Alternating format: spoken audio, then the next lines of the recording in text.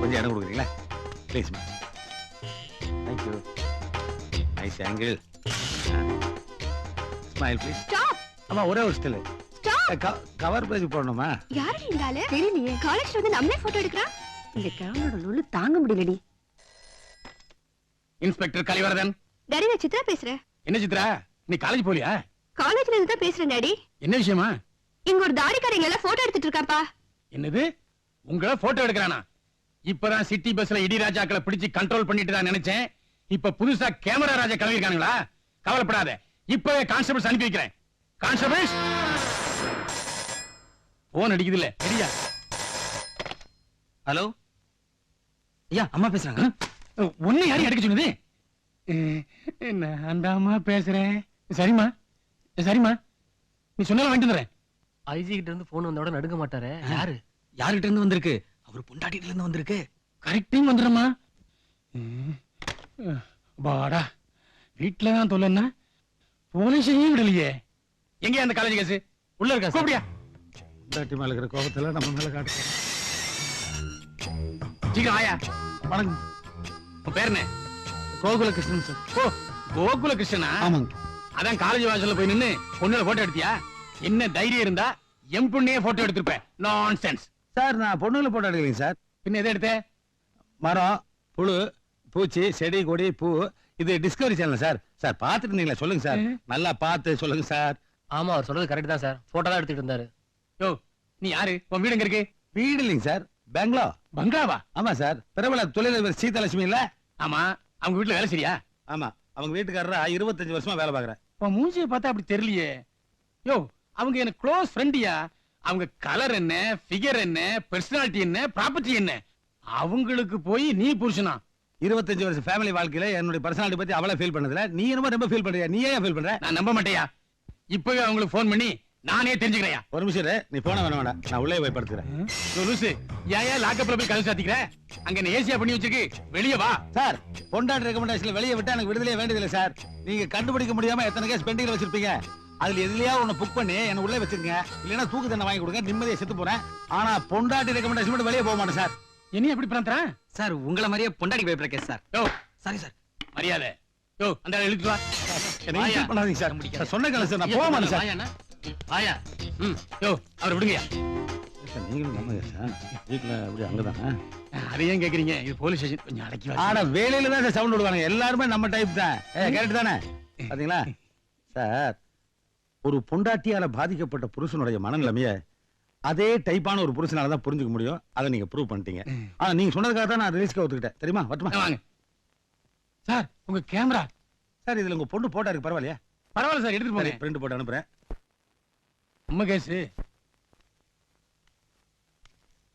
என்ன கல்யாணம் சார்? ரொம்ப சந்தோஷமா ஸ்பீடா வர்றீங்க. ப்ரமோஷன் கொடுத்துட்டாங்களா? இந்த கிண்டல் தானே வேணாங்கிறது. இதுக்கு பேரு ஸ்பீட. சீட்டை கிழிக்க போறாங்க, கம்பெனியை இழுத்து மூட போறாங்க. கம்பெனியை இழுத்து மூட போறாங்களா? ஆமா, கம்பெனி லாஸ்ல போய்கிட்டு இருக்கு. அதனால இழுத்து மூட சொல்லிட்டாங்க. 10 நாளைக்கு முன்னால நோட்டீஸும் கொடுத்தாச்சு. உங்களுக்குமா?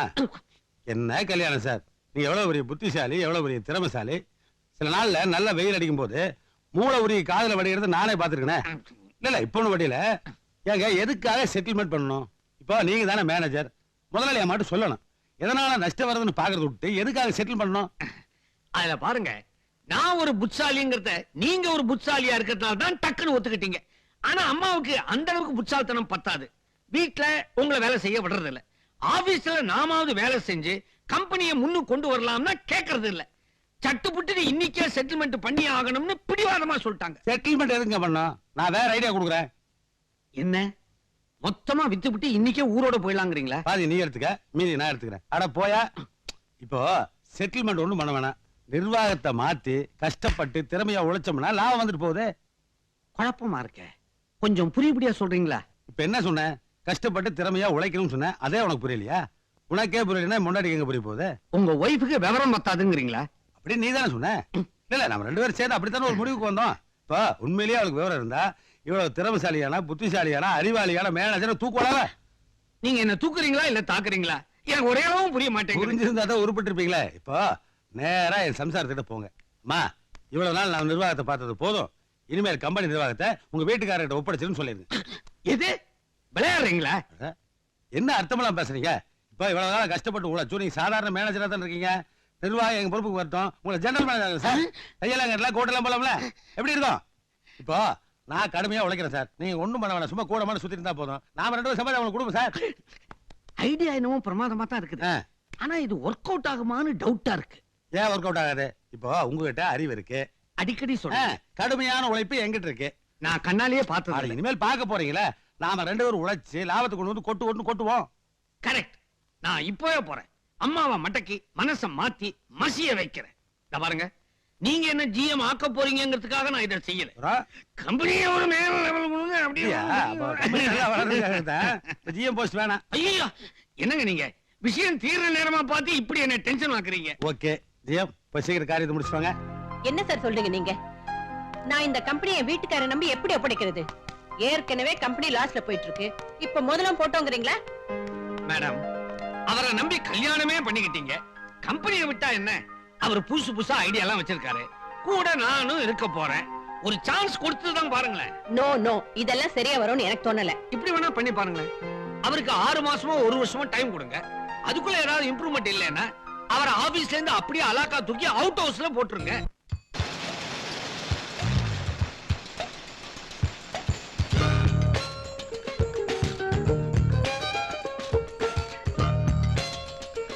முப்பலிங்கா, இந்த கொட்டேஷன் கொடு. Good morning sir. சார், நீங்களா? நீங்க ஏன் நிக்கிறீங்க? உட்காருங்க சார். மரியாதைங்கிறது மனசுல இருக்கணும். நீங்க உட்காருங்க. உங்க முன்னாடி எப்படி சார் நான் உட்கார முடியும்? நீங்க இந்த கம்பெனியோட ஸ்பைனல் கார்டு. நீங்க நான் என்ன சார் ஆப்ஷனல் ஒரு கிட்னி மாதிரி. நல்ல வேலை. எங்க இன்னும் லெக்னு சொல்லிடுவீங்களோன்னு பயந்தேன்.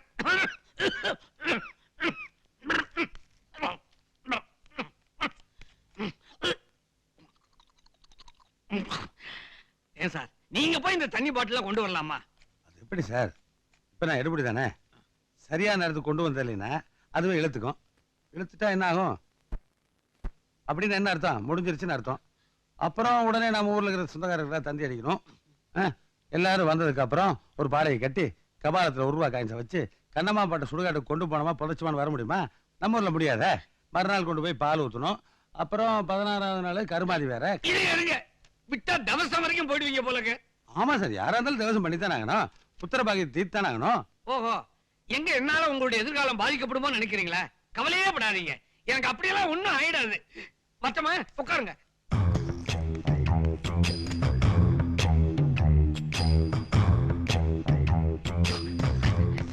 சார், முதல்ல கையை கொடுங்க. கங்க்ராச்சுலேஷன்ஸ். இந்த பாட்டில சைடுல இடிக்கீங்க சார். அம்மா கிட்ட உங்களை பத்தி எக்கச்சக்கமா அளந்து விட்டானா உங்களுக்கு எம்டி பதவி கொடுக்க தயாரா இருக்கிறாங்க. போய் பதவியை ஏத்துங்க. ஐயோ, இது பதவி இல்ல சார், கல்யாண சுந்தர் சார் எனக்கு போட்டு பிச்சை. நீங்க இந்த அளவுக்கு ஐஸ் வச்சீங்க, எனக்கு சைனஸ் ட்ரபிளே வந்துரும். உண்மை தானே சார் சொன்னேன். சரி சரி போங்க. நீங்க முன்னாடி போங்க no sir. No no, MD முன்னால, ஜிஎம் பின்னால. ஜிஎம் யாருங்க சார்? யாரா? நான் தான் சார் தான். எம்டி ஆக போற சந்தோஷத்துல ஜிஎம் ஆக போற என்ன மறந்துட்டீங்களா? ஆக போறீங்களா? ஆமா. யார் ஆக போறா? நீங்க தான். நானா? ஆ. சரி சரி சரி. போங்க போங்க. சார், இதை ஆசீர்வாதம் பண்ணுங்க சார். என்னது? ஐயோ, இன்னும் ஓவர் ஐஸ் வச்சீங்க, எனக்கு ஜன்னியே கண்டுடும். நீங்க போங்க சார். முதல்ல இந்த பாட்டில் பதவி ஏற்கும் போது பாட்டில் ஒரு பிரச்சனையா? போங்க போங்க தேங்க்யூ போங்க. சார். மெதுவா. இன்னும் பல வீடியோக்களை காண சன் லைஃப் சேனலை சப்ஸ்கிரைப் பண்ணுங்க.